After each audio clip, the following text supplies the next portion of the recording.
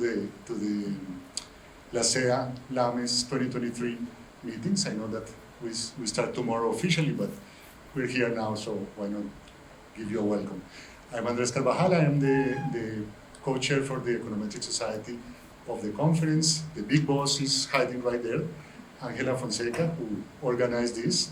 The whole thing, it's very remarkable.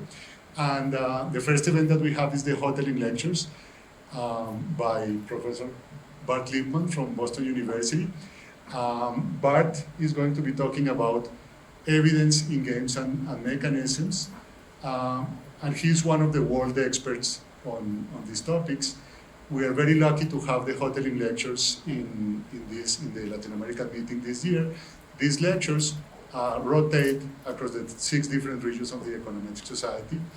And my understanding is that we had the hoteling lectures in 2016 by Matt Jackson, and we hadn't had them since then. So it's a lucky event that we have the hoteling lectures this year. Bart got his PhD from the University of Michigan and was in the faculty of, let me see if I can get him in the right order, Carnegie Mellon, Queens, Western Ontario, and Wisconsin-Madison before he joined BU in 2002. He has been in the editorial board of journals such as Games and Economic Behavior, Mathematical Social Sciences, the American Economic Review, and also 2 of the 3 journals of the Econometric Society, Theoretical Economics and Econometrica, where he was co-editor until last year. He's a fellow of the Game Theory Society, the Society for the Advancement of Economic Theory, and he is a fellow of the Econometric Society, where he is also the executive vice president.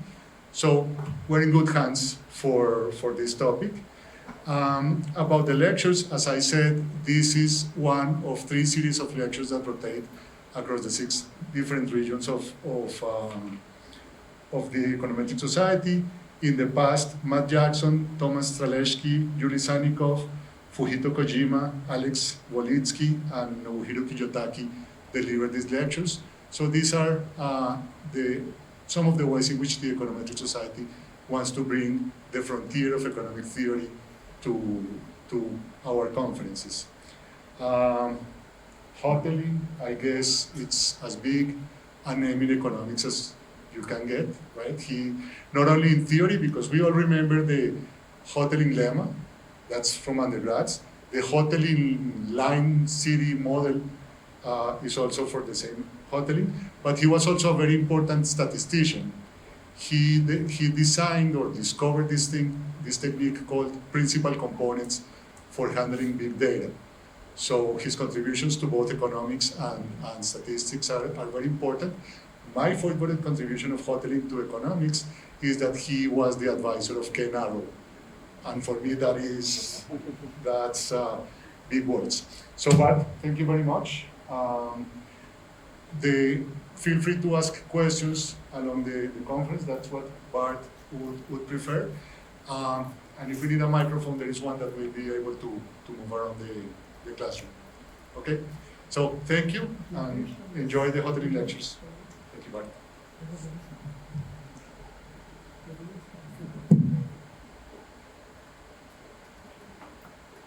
Is this working? Can you hear me? Can you hear me through the mic or just because I'm loud? I think it's really, okay? Hear me well enough? Okay, all right, great.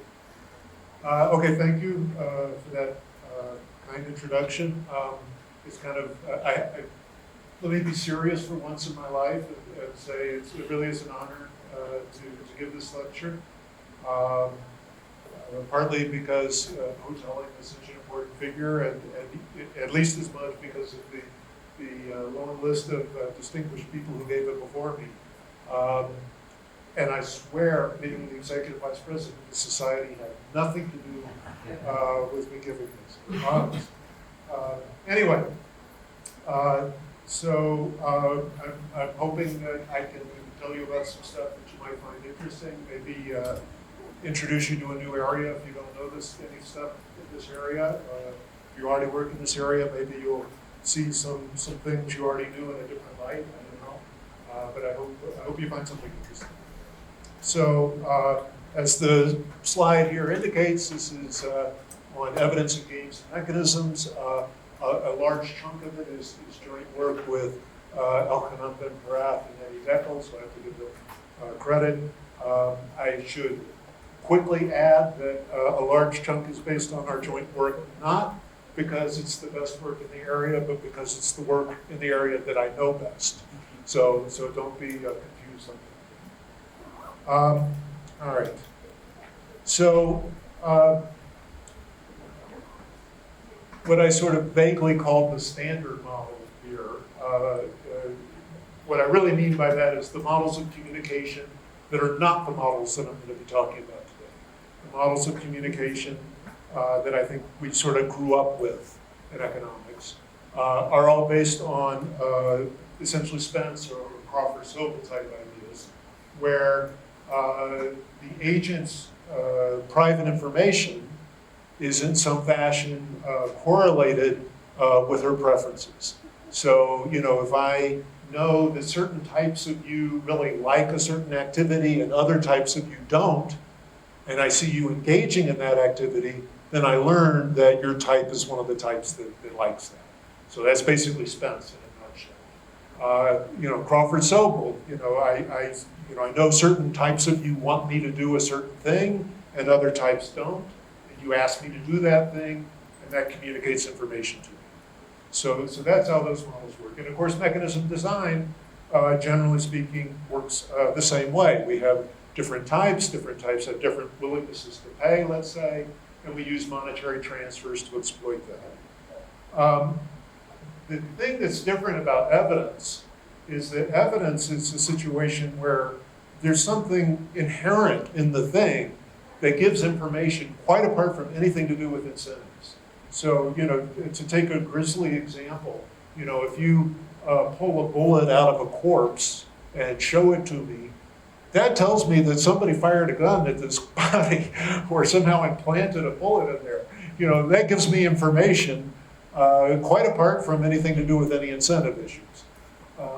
Now, to be clear, the fact that you chose to do this may also reveal information to you about your preferences. So it's going to be really the interaction of the hard information that's inherent in the evidence with your incentives that's going to be driving it.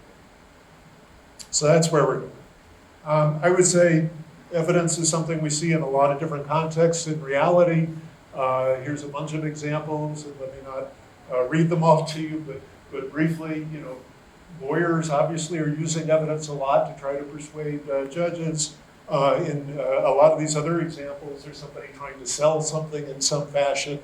You know, a seller trying to provide evidence to a buyer to convince them their product is good, or an employee trying to sell themselves to an employer, a politician trying to sell themselves to a voter.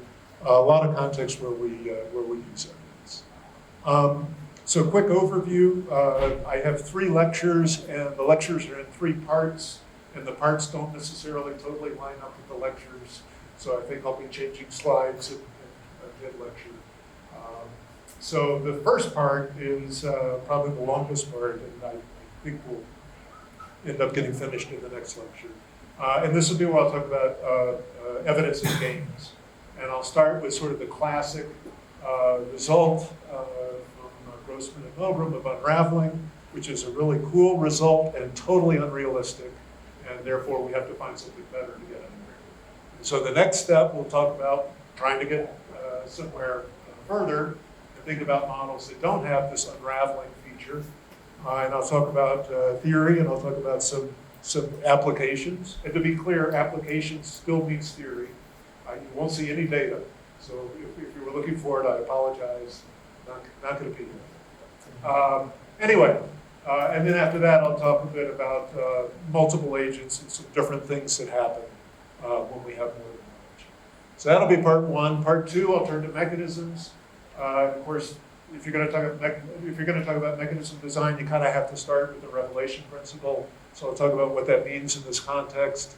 I'll show you some results that, if you haven't seen this literature, might seem a little unexpected regarding the value of commitment, focusing on single agent models, and then I'll turn to multi-agent models, and we'll see more about value of commitment and some robustness results.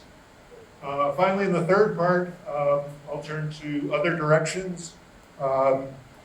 These are things that are kind of adjacent to the main topics I'll be talking about. So costly verification, and I'll talk about acquisition of evidence, both in games and in mechanisms.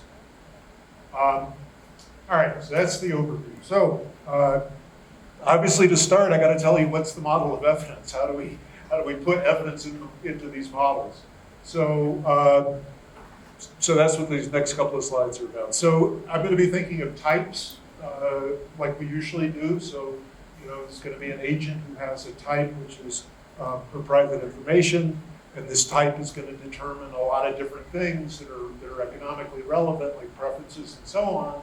But it's also going to determine the evidence that the type has available. And there's two different equivalent ways to model evidence. Just one thing I meant to mention at the outset. I'm going to refer to a lot of papers, some of them very briefly, some of them in more length. I'm going to be putting a PDF on my website listing all of them and giving you a complete site. So if you hear something that intrigues you and you want to look for the paper, you can check my website in a day or two. And I'll also post the slides in case you want. I'm sure I'm going to find typos as I go through this, so I'll take a couple days to correct the typos. Anyway, so the first way to model evidence, which I kind of like because it resonates with me, but it's not necessarily the most convenient approach, is to think of, is to have a set for each type of messages that type can send. Okay, so in this model, what is sending a message reveal, what does it prove? If I send you a message, it proves that I can send you that message. Okay? That's what it proves. And so in other words, if I send a message M, it proves that my type is one of the, that's weird the way this, is it just me or does my voice kind of go up and down the volume? Okay, yeah, maybe if I try to center it. Drives me crazy. Maybe I have to keep my head stable. Oh, that's unlikely. Okay, sorry about that. Anyway, so sending a message out is proving that my type is one of the types that can do that. So that may seem just a weird mathematical thing at first glance, but actually, if you think about it, it makes sense. If I show you a house deed with my name on it, you know that I either own a house or a forgery has come into my possession.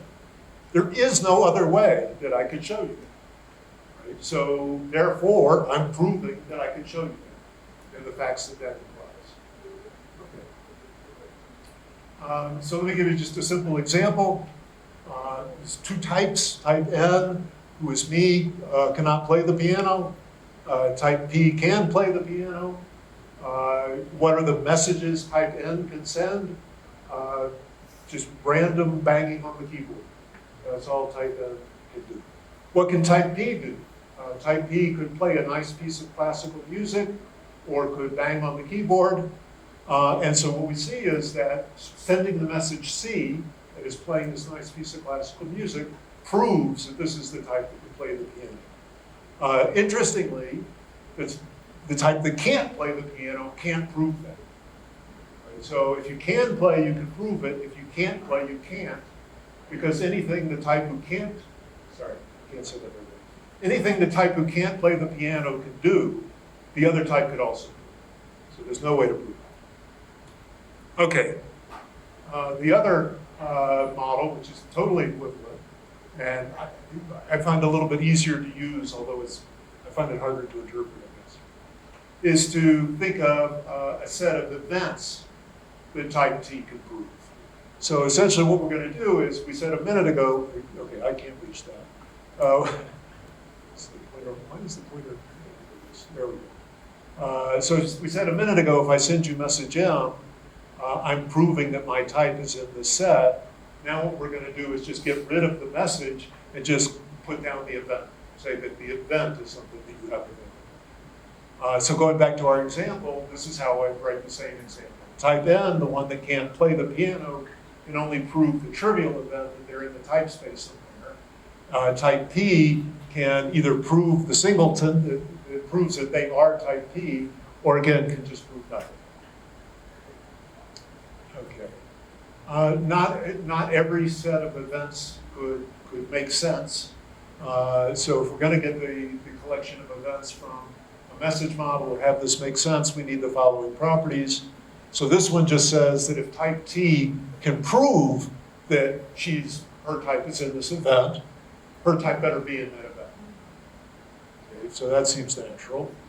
This one is a little more of a mouthful, but the way to understand it is if there's some event that can be proved and it doesn't rule out type S, it must mean that type S can prove that. If type S couldn't prove that event, then it shouldn't be true. It should rule her out. Okay. One thing that often throws people off when they first see this literature is it's very standard in this literature that with either approach, we assume that you can only present one piece of evidence. In dynamic models, we'll do it differently, but in static models, we assume you can only present one. And actually, that's really without loss of generality. Right? If I want to say that you could present, let's say, up to K messages, then I just rewrite the message set and say, instead of being single messages, the message set would consist of vectors of at most K messages. And I just redefine everything and say you can pick one of those things. With that in mind, though, there's an assumption that people often make in this literature that's related to this point, which is called normality. And the fact that it's called normality, just like an assumption like regularity, that it's called regularity, means people want to assume it, right? Who wants to not be normal? Right? So that's just a hint. So informally, normality is the assumption that there's no costs of or time constraints associated with the presentation of evidence. So in other words, if we want to do the trick I was just describing of redefining the message space, we could think of having redefined it based on a world where you can present as much as you want. That's the idea. Formally, it says this.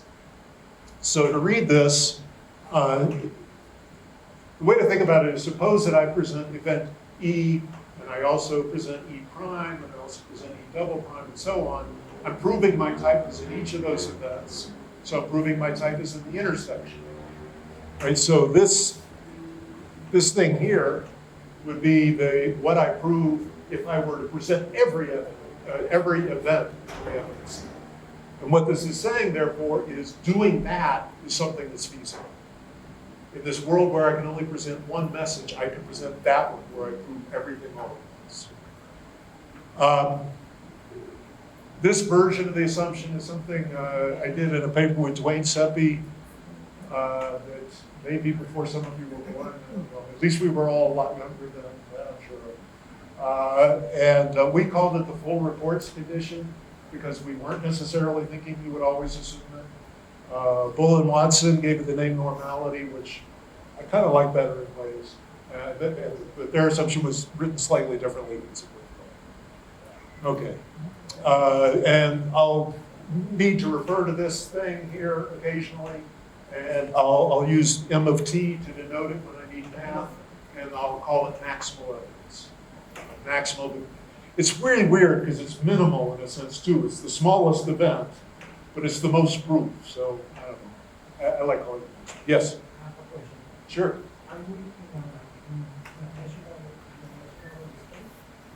I'm going to be, yeah, we should do things in a measurable space, absolutely. I'm going to be lazy, and most of the time I'm just going to think of everything being finite.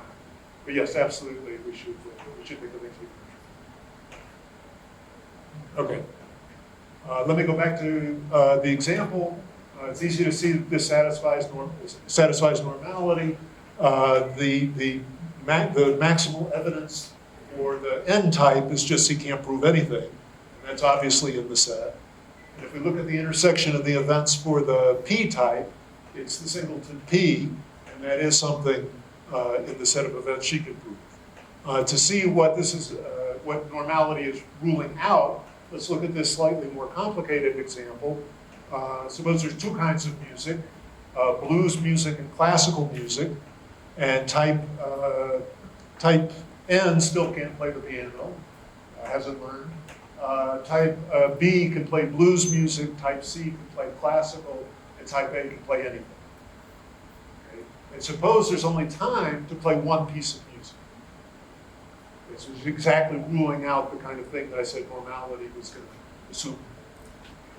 Then type N still, the only event she can prove is T. Type C, by playing classical music, she can't rule out the possibility she can play everything. So she's proving the event CA. And of course, she could bang on the keyboard and prove nothing. Type B is analogous. Type A could play a piece of classical music and prove this event, could play a piece of blues music and prove this event, or could bang on the keyboard. And of course, what we see is if we take the intersection of these three events, we get the singleton A, but that's not in the set. So we see that just as the intuition suggested, normality is violated. Okay. All right, now we're ready to start to move on to games and to talk about the sort of classic result of this literature. Still have a little bit more setup before I can get there. The basic assumptions I'm going to make, when I say basic assumptions, is whenever I talk about a game and what follows, if I'm not explicit, this is what I mean. There's a sender, who I'll also sometimes slip up and call the agent, who has private information at her type T. She's going to send some evidence message to the receiver, who I'll occasionally slip up and call the principal. The receiver then sees that and picks an action A, and they have utility functions. Okay, and whenever I say equilibrium, unless I specify otherwise, I just mean perfect Bayesian equilibrium. So receiver has beliefs that are consistent with Bayes' rule where possible, and everybody's doing pressure blocks. Okay. One thing to emphasize is notice that there's no T entering into the sender's utility function. So the sender's preferences are completely independent of her type, which means that we can't use the standard stuff that we use in Spencer, Crawford, so we can't use variation in the preferences across types to get information. Okay.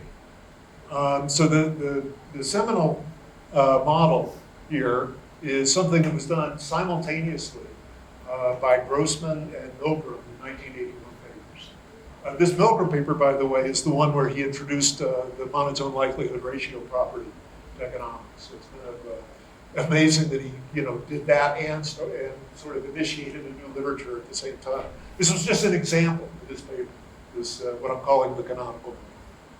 Anyway, the payoff structure, they assume slightly different things about the payoff structure, and I'm going to assume something simpler just to illustrate, and it's a payoff structure that I'm going to use a lot because it's very convenient.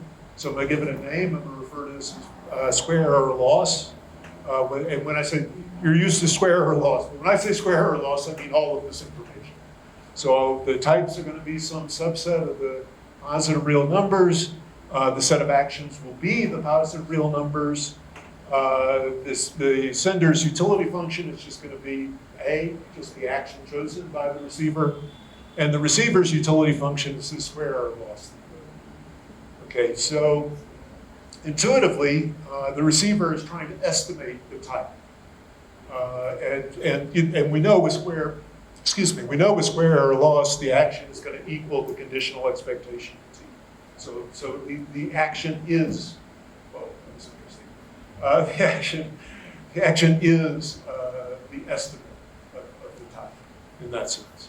And the sender just wants the receiver's estimate to be good, or wants it to be high. Okay. So there's again, this is not how Grossman and Milgram wrote it down, but this sort of captures the essence of what they were doing. A lot of examples in the literature with this kind of structure.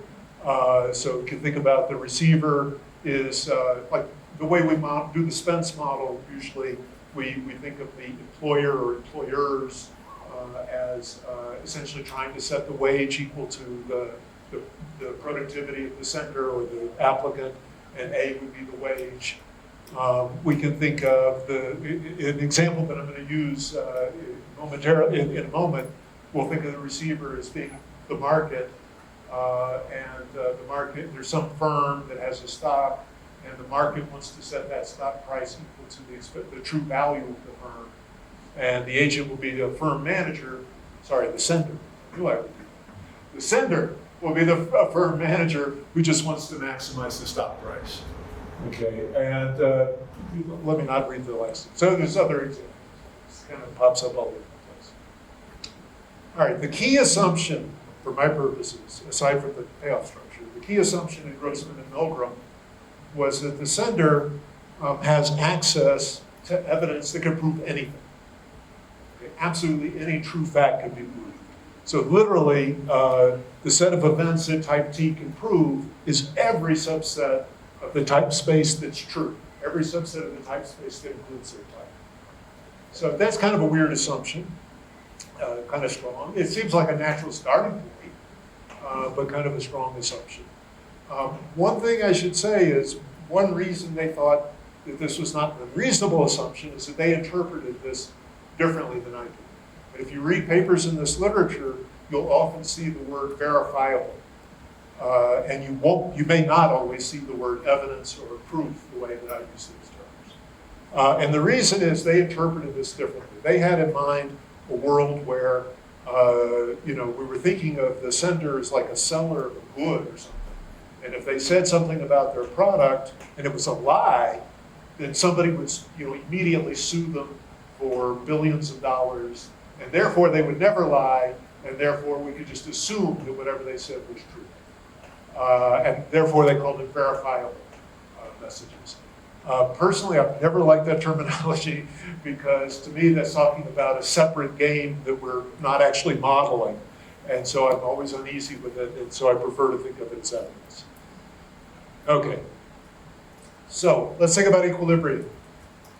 So the first thing to observe is that in any equilibrium, it can't be that the highest type is pooled with anybody. Why? Because if the highest type is pooled with some other types, that means the conditional expectation of their type will be strictly below their type, right? But they can prove who they are. They can just prove, hey, I'm the highest type, here's the evidence. And if they do that, the conditional expectation will be their type, and therefore they'll be better off. So they can't be pooled. And if you think about it, that means the second highest type can't be pooled either, because the second highest type can't be pooled with the highest type, as we just saw. And therefore, if she's pooled with anybody, it's lower types, and therefore the conditional expectation of her type would be below her true type. So the action would be below the action where she reveals. So she'll prove that she's the second highest type, and the action will be that, and off we go. And so what you can see is this leads to what people call unraveling, that no type could be pooled with any lower types in equilibrium.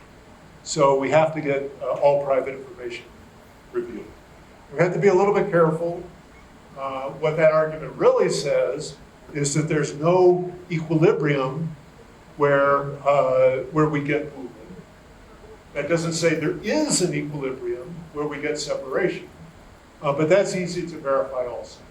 So to construct an equilibrium that where we do get this separation, we can use a trick that is originally due to Milgram, something he called skeptical beliefs. And the idea is that we have the receiver, we set the receiver's beliefs so that whatever is proved, she infers the worst possible thing for the sender consistent with that. Okay. So if you prove your type is in a certain set, I infer you're the bottom point. That's going to work, because if that's what you're going to do, I'm not going to want to pool with any lower types. I'm going to want to prove my type or prove that I'm at least that a certain type. And if I prove my type or prove my type and higher, the receiver's belief is going to end up being correct. So it's an equilibrium. Okay, so bottom line, the unique equilibrium outcome in this model is full information, the same as the full information. I should, just as an aside, there are multiple equilibrium strategies here. I can't say exactly what people prove, right? For example, the second highest type might prove that she's either the second highest or highest type. In equilibrium, we know that she's the second highest type when she does that. But she could do that, or she could prove exactly her type. So we can't identify the strategies exactly, but we get the outcome you need. All right, generalizing this. There's a lot of different ways we can generalize. One thing that's important and will pop up very soon is that the conditions under which we get existence of an equilibrium with separation are much broader, much more general, much more general than the conditions under which the outcome we just talked about is unique. So to see that, let's just fix any utility functions for the sender and the receiver. Not necessarily, excuse me, not necessarily the ones I was just using in the square or loss thing. Let me call A star of t the worst action for the sender among those that are best for the receiver when she knows that the type is t.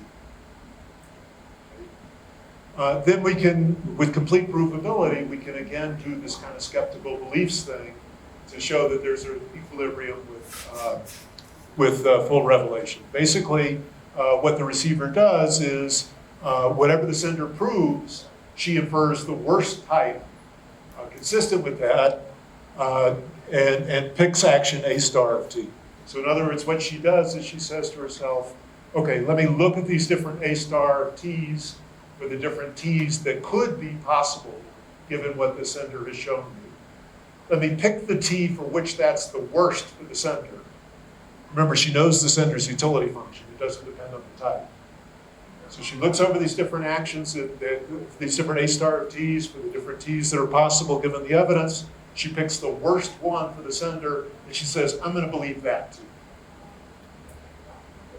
So given that that's the way the receiver is behaving, the way for the sender to kind of minimize this getting killed by skepticism is to prove as much as she can.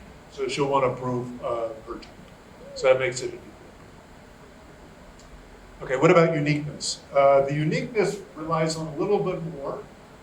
We need the sender's payoff to be strictly increasing in a certain sense. This, intuitively, when I was talking about unraveling a second ago, the key was, when we were talking about the highest type, we needed the highest type to strictly prefer what happened to her when she proved her type than when she was fooled. And that strictness is what gave us the result. So I'm not going to try to give conditions for that. There's some conditions in the literature, if I remember right. I should also observe, this will be useful later, that I don't really need complete provability to get these results. If every type can prove herself, that's enough. Okay, this model, this model where people can prove themselves is often used, and sometimes people refer to this as a disclosure game. So you often see the word disclosure in place of the word evidence. They'll typically have in mind something like this. I can disclose who I am or not. Okay, so as I said in my introduction, unraveling is kind of nifty. It seems, at least in my opinion, wildly contrary to reality. I'm a theorist, so I can live with that, but it is kind of a downside, I've got to admit. So it'd be nice to be able to get some models that don't have unraveling. And basically, there's a couple of ways we can do that. And the first way I want to talk about is in terms of different kinds of payoff structures. So another kind of payoff structure, which is used a lot in the literature, and I'll use a couple more times over the course of my lectures is what I'll call an accept-reject structure. And when I say that, what I mean is this. So again, the types are going to be real numbers. Now, though, the receiver has only two actions, 0 and 1. And I'm going to call 0 reject, and I'm going to call 1 accept. And the receiver's action, the sender's utility is again just equal to the receiver's action. And now the receiver's utility, the way to understand this, if A is 0, so the receiver's rejecting, then she just gets 0. And if A is 1, she's getting T minus some fixed T hat. So to understand this, what's going on here is that the sender wants to accept types that are high enough. If a type is above T hat, she wants to accept it. If the type is below T hat, she wants to reject it. Okay, and the sender just wants to be accepted, and don't we all? So that's the accept reject model. So a lot of examples of this in the literature. If we think of a hiring example where the wage is fixed, I've often find people that aren't used to spends find it really weird when I write down that square or loss thing and say it's a model of the labor market and that the firm wants to set the wage equal to the productivity. They just find it unintuitive as hell. But here it actually seems kind of natural. You can't control the wage. You want to hire the guy if his productivity is above the wage, and you don't want to hire him otherwise. It just seems really kind of natural. What else? Yeah, also a buyer purchasing at a fixed price. Essentially the same idea. Okay. You might say to yourself, well, yeah, I see that formally that's a different payoff structure, but it really seems very similar at its core. In both, the sender just wants the receiver to think that she's a high type, right? That's what directly gets you payoff in the square or loss case, and it's what gets you accepted in this case, right? And in both, the receiver's trying to figure out what the true T is. So they seem pretty similar, but they may not be. So let me start by assuming this for my first example, that the expectation of T is bigger than that T hat. And let me, again, assume complete provability. Then exactly what we were saying a second ago tells us there is an equilibrium here with essentially the full revelation outcome, where, let's say, the sender just proves her type, and the receiver only accepts types that are bigger than that cutoff. Why is that an equilibrium? Just use skeptical beliefs. If you prove something and it doesn't prove to me that you're above that T hat, I figure, okay, you're below T hat, I reject you. And if you prove to me you're above T hat, of course, I'm going to accept it. But here's another equilibrium. The sender just doesn't prove anything, and the receiver just accepts it. Why? Well, I assumed that the mean, the ex-ante mean, was above that cutoff. So, if the equilibrium strategy of the sender is not to ever prove anything, that's the best response for the receiver. And if that's what the receiver is going to do, of course, the sender's quite happy to not send any evidence. So it's an equilibrium. What happened to unraveling? What happened to unraveling is exactly the violation of that strictness I was referring to a minute ago. Yes, in this equilibrium, the highest type could prove that she's the highest type. And that would improve the receiver's belief, but it doesn't change the sender's payoff. Right? She's still getting accepted, which is what she was going to get otherwise. So the lack of strictness is what's going to be. Now you might say, you're cheating. You just looked at this trivial case where the expectation is above the cutoff. Come on. Same thing happens if the expectation is below the cutoff in the following sense. In this model that I've just shown you, wherever we put the expectation relative to the cutoff, the sender's best equilibrium is exactly the same outcome as what you get from Bayesian persuasion a la Genskau-Kameniker. Okay. So the sender can get what is her best possible payoff in that sense. So there's some other papers that have looked at this. The first two are working papers that have more or less general characterizations of a set of equilibria in this setting. These other two papers are actually more economic applications that take advantage of these kinds of results to say some interesting things. And I won't go into more detail. I particularly like the second one. I shouldn't say that, they're videotaped. Now I'm in trouble. Well, I guess anyway.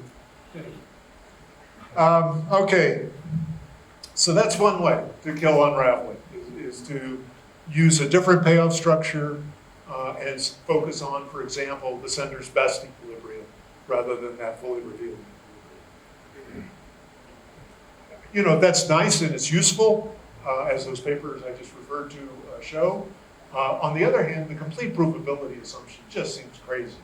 So it just seems natural that another thing we might do instead, or in addition to changing the preferences, would be thinking about worlds where we don't have complete provability. And so that's what I'm going to talk about next. Even with square error loss, even if we don't change the payoff function, we're just not going to get unraveling if there's not enough provability. So let me see what that's. Okay. This is kind of the big model. I'll talk about some others, but this is the one that most gets used. This is due to Ron Dye, and therefore it gets referred to as Dye evidence.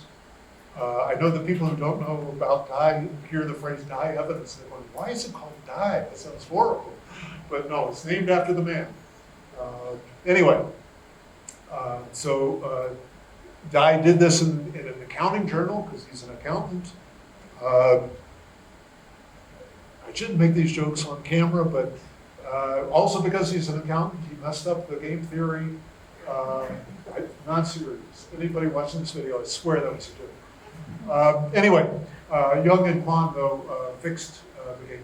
So I'm going to, essentially what I'm going to be presenting is Young and Kwan's analysis. So the idea is very simple. The idea is, let's suppose that the sender either has perfect evidence that would prove her type, or has no evidence whatsoever. And there's some random determination of which of these things is the case. So probability Q, the sender has this perfect information, this perfect evidence. And this, I'm going to think of this event Q, this event of having perfect evidence, as being completely uncorrelated with your value or anything else. It's just totally random. So in other words, I'm going to say that for any type T, either this is the set of things that T can prove, that is, prove exactly who she is or keep her mouth shut, or she has no evidence, just like me as the person who couldn't play the piano. Because of this, it's going to be useful to distinguish between the type and other implications of the type. In other words, I want to be able to have two types that are exactly the same, except one of them has evidence and one of them doesn't. Right? That's really the way that Dye was thinking about it. And if I'm going to do that, I'm going to need to distinguish things a little bit. You'll see what I mean in just a second. So what I'm going to do is I'm going to change the receiver's utility function to this. So there's some function V of T that gives the value associated with type T. And again, all this is going to do is mean that I can have two types that have the same value, but different evidence. Otherwise, nothing changes. The receiver still has utility equal to square error loss, so now she's going to be setting the action equal to the conditional expectation of V instead of the conditional expectation of T, and the sender's utility I'm not going to change when I'm talking about the square error loss. All right, so let's think about equilibrium here. So it's a positive probability event that the sender has no evidence. So it's got to be a positive probability event on the equilibrium path, excuse me, that the sender doesn't present any evidence, right? And the receiver has to have a belief in response to that and an action that she's going to choose in response to that. So let me call V star her expectation when there's no evidence presented. And as I was saying, her action is going to be equal to her conditional expectations. Her action would equal V star. Okay, so we've got to solve for V star. For a minute, think of it as a fixed number. If I tell you that V star, you can immediately figure out when is the sender going to present evidence and when isn't the sender going to present evidence. Obviously, the sender's not going to present evidence if she doesn't have any. That was easy.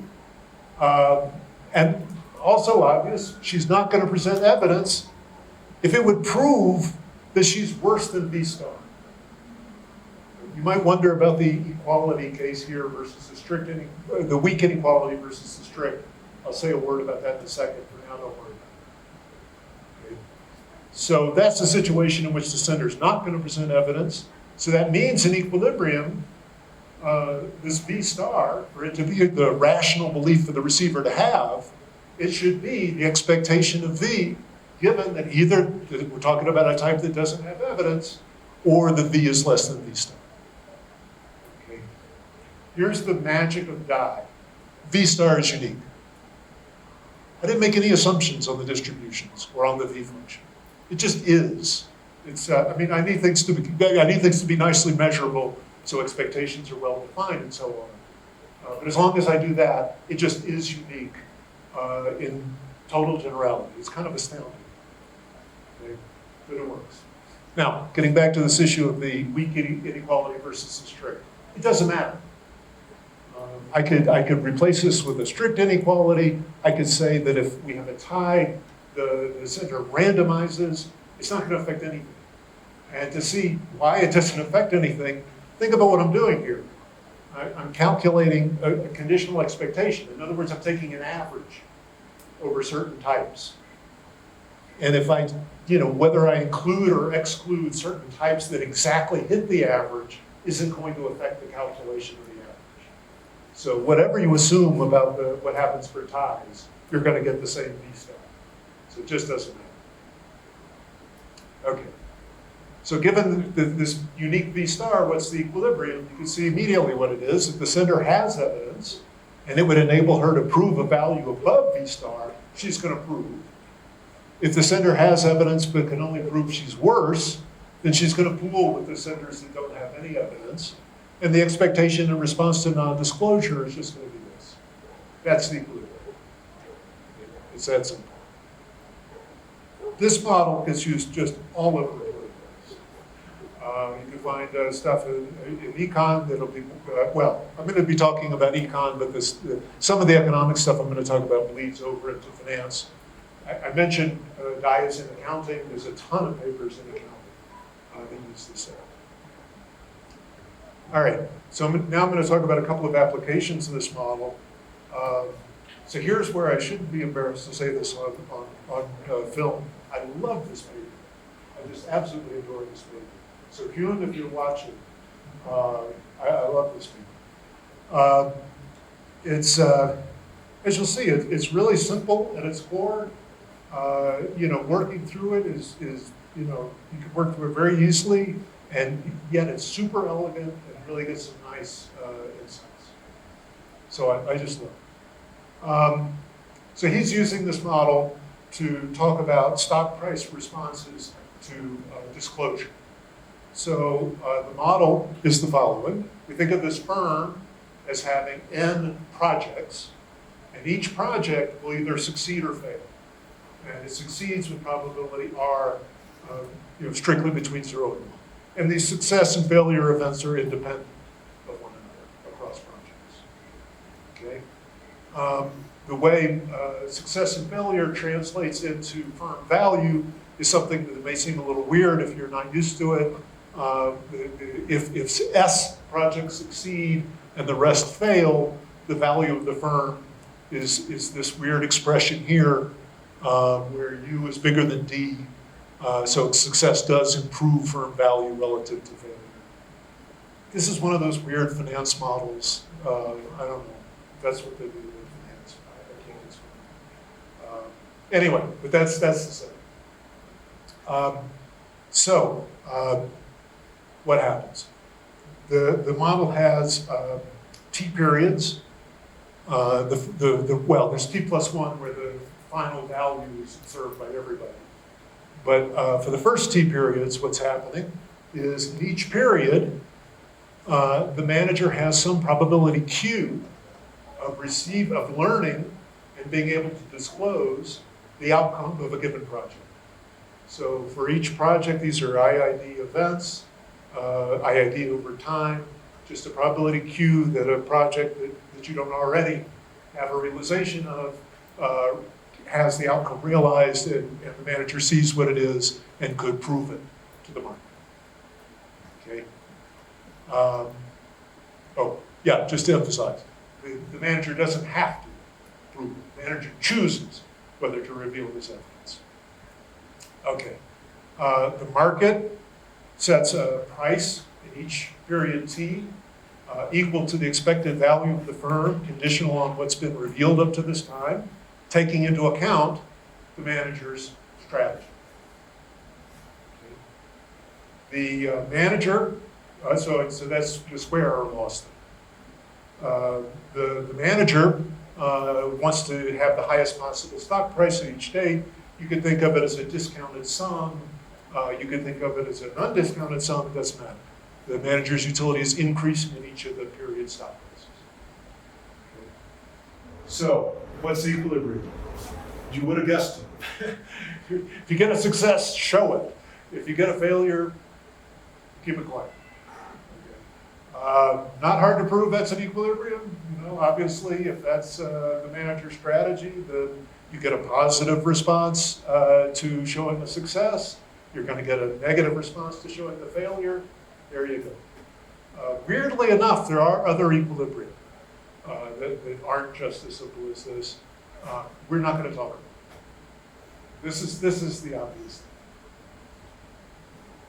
The thing is, this has some surprising empirical implications.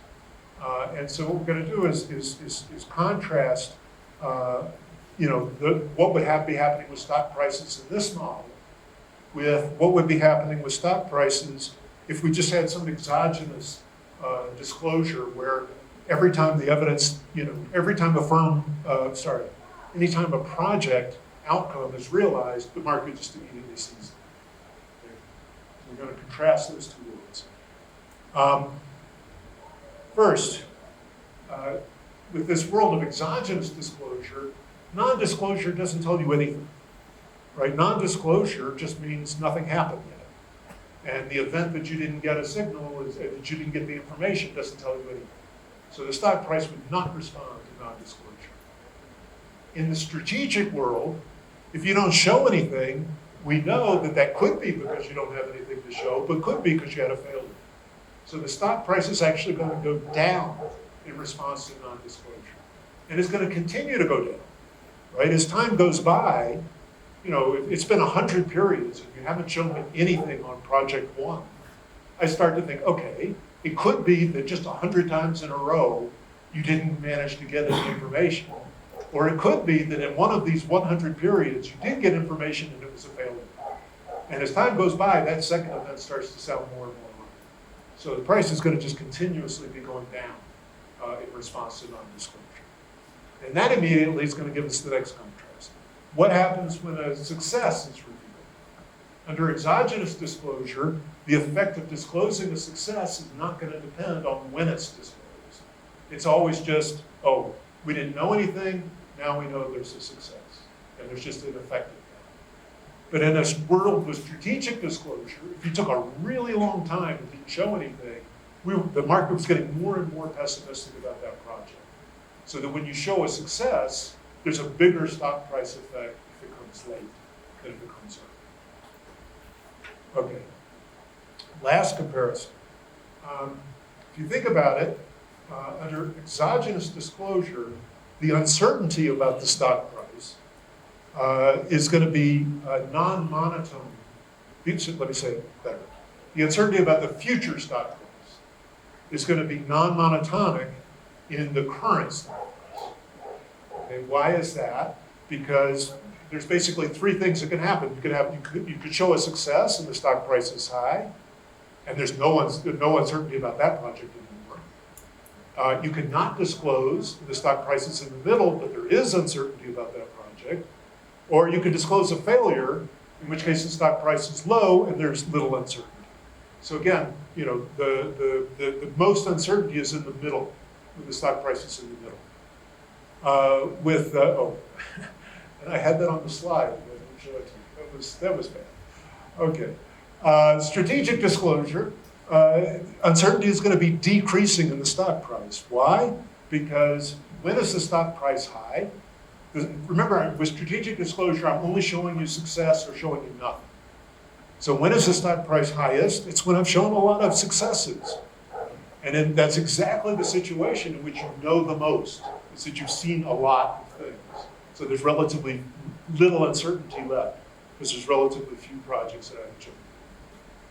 And the interesting thing is, Shin goes through some of the empirical literature, and as I told you, I'm not going to show you any data, but he shows you data, and the data is actually more consistent with the strategic disclosure predictions than with this exogenous predictions. So, very nice. I can't say this is a nice paper, because this is my paper. That would be bad. So, so this is another paper. This was really, in some ways, motivated by thinking about Shin.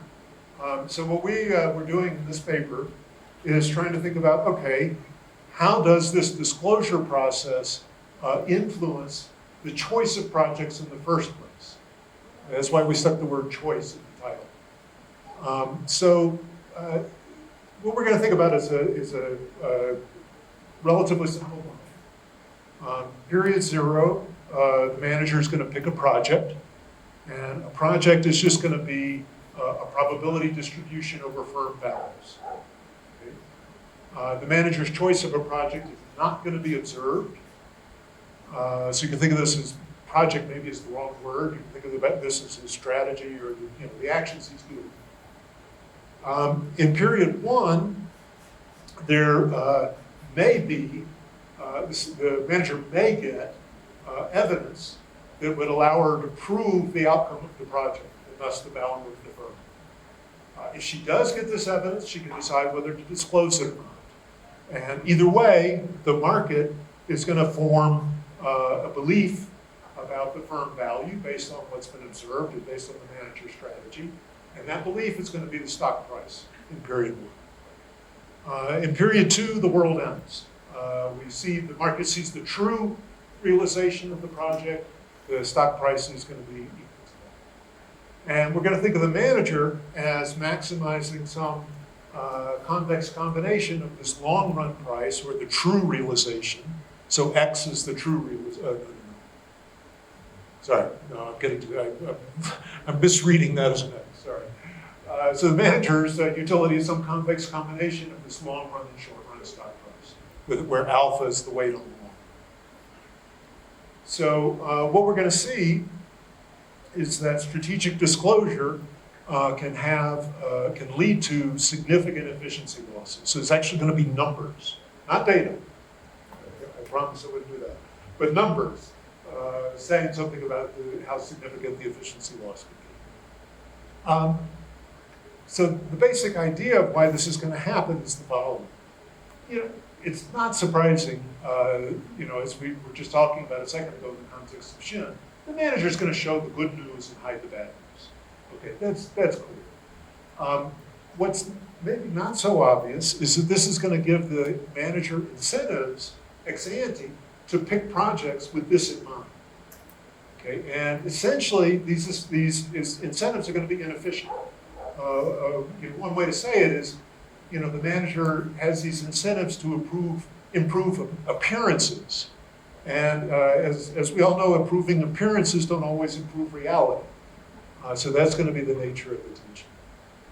Now, you might think, maybe it's too early in the morning to be thinking this far, but you might think that, oh, he's got to be wrong about that. That can't be true. How could that be right? And you might go through the following reasoning. You might say to yourself, okay, yeah, now I have the X. I knew I was going to put the X in there. The manager is maximum, so X is going to be the realized firm value. So I said the manager is going to maximize alpha times the true X, the realized X, plus 1 minus alpha times the short run stock price, that stock price in period 1. And of course, the market is not going to be wrong in expectation in equilibrium. The market may not be exactly right, but the market's in expectation has got to be right. So let's think about that from the manager's point of view. Ex ante, what is the manager's expected payoff from a given project in equilibrium? It's alpha times the expected value of x, right, under the project, plus 1 minus alpha times the expectation of the market's expectation of x. And we just said that the market can't be wrong in expectation, so surely this is just the expectation of x. In other words, the manager is going to be picking the thing that maximizes expected firm value. That seems like that's got to be true. So where's the efficiency loss?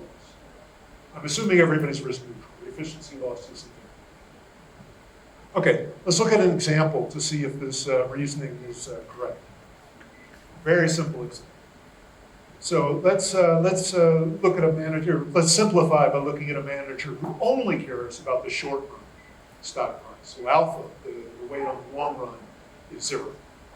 In case you're worried, we could, as you'll see in a second, we could get similar things when alpha's not, so extreme.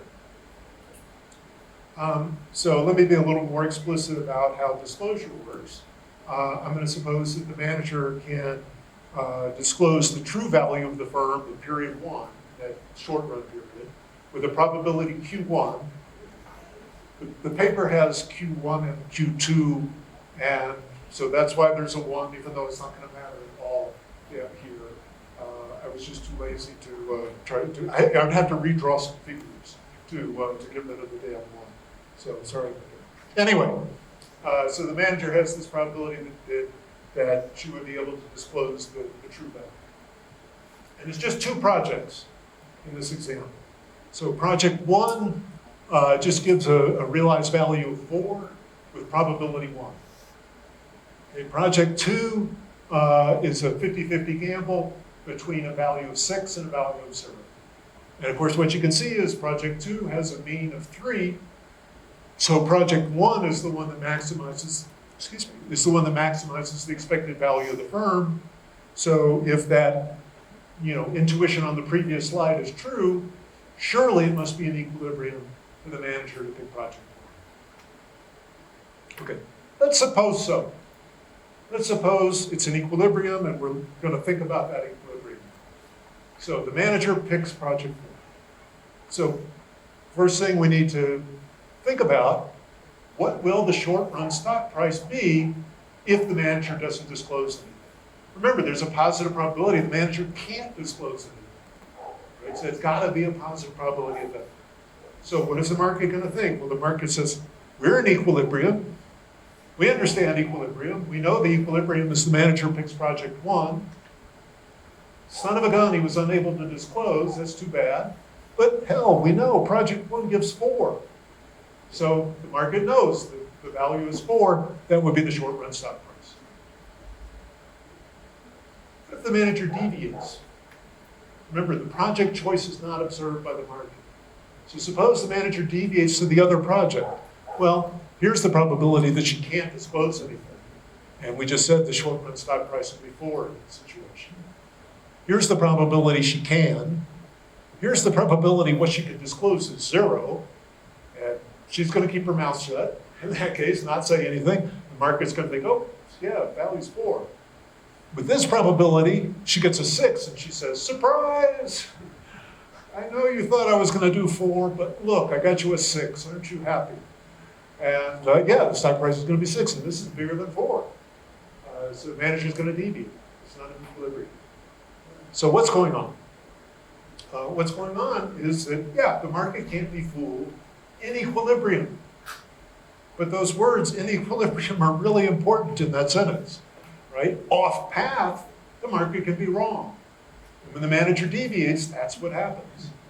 We go off path. And the market ends up making mistakes, potentially. And that attracts deviations. But now, the thing that's important to notice is that this basically just kills certain equilibrium. This didn't create an equilibrium where the manager picks project 2 and the market thinks it's project 1. That's not an equilibrium because the market would be wrong. The market does have to be right in equilibrium. So what it's doing is it's killing that ability to get the first best, to get the efficient thing as an equilibrium. And that's why I say there's going to be efficiency losses. So we can actually graph the payoff of the manager's payoff, or equivalently, the expected value of the firm as a function of the Q1. So we get this weird degeneracy at Q1 equals 0. Because remember, this manager only cares about the short run. And if Q is 0, she can't disclose anything, and so she can't affect the short run. So things are kind of degenerate there. But ignoring that, what we see is that if Q is smaller than a half, the only thing that can happen in equilibrium is the manager picks that inefficient project too. Right? That's why we're getting 3 as the payoff, because that's expected payoff of that project. If Q is bigger than a half, the equilibrium is in mixed strategies. And as Q goes up, the manager is picking the efficient thing more and more often. And if we get up to Q equals 1, the payoff is 4. So when Q equals 1, what's happening? When Q equals 1, we get unraveling. When Q is 1, we're back to the disclosure game that I mentioned earlier. We've got these square or loss utilities. The manager's going to reveal everything. And if she's going to reveal everything, there's no tricks that she can play. And so we get efficiency. Okay. So there's a couple of different theorems. There's a couple of different theorems I'm going to mention. There's more in the video. The first one is that the payoffs for the manager, or equivalently the expected value of the firm, can be as low as 50% of the first best. Here's the number I promised. When I say first best, do I have it down? Yes, I do have first best defined. So when I talk about the first best payoff, I mean the maximum expected value of the firm. That's sort of what efficiency means in this context. And what I'm saying is that the payoff can be ignoring degenerate cases where alpha and Q are both 0, the degeneracy I was just referring to a second ago. Ignoring degenerate cases, actually I didn't show you the theorem. Here's the theorem: fix any alpha, any Q1, where they're not both 0, any set of feasible projects, and any equilibrium. Then the payoff in that equilibrium is at least half of the first best. And furthermore, this lower bound is essentially attainable in the sense that I can pick these parameters for any epsilon. I can pick these parameters so that the payoff is within epsilon of this. So this is what I mean by there being a potentially substantial efficiency loss. You can lose 50% of the maximum value. Here's a more general result that involves the alphas. I'm not going to make you look at that, but here's some pictures we can draw with that. So what am I graphing here? What I'm graphing is what's the worst percentage of the first best that you could get in equilibrium. And I'm drawing curves for various alphas and graphing them against the Q. And so what you see is when alpha is 0, the bottom curve, we get this weird thing happening at 0 Q. That's again that same degeneracy. So let's not pay any more attention to that. What you see for all the other alphas is if Q is 0, so there's no ability to disclose in the first period, then none of this is a problem when we get the first best. If Q is 1, again, we get unraveling, so none of this is a problem when we get the first best. And it's in between that we have efficiency losses. And you also see that as alpha gets smaller, the magnitude of the possible efficiency loss gets bigger, as you would expect. So we have this non-monotonicity in the Q, which is kind of interesting, but kind of the expected monotonicity in the alpha. All right.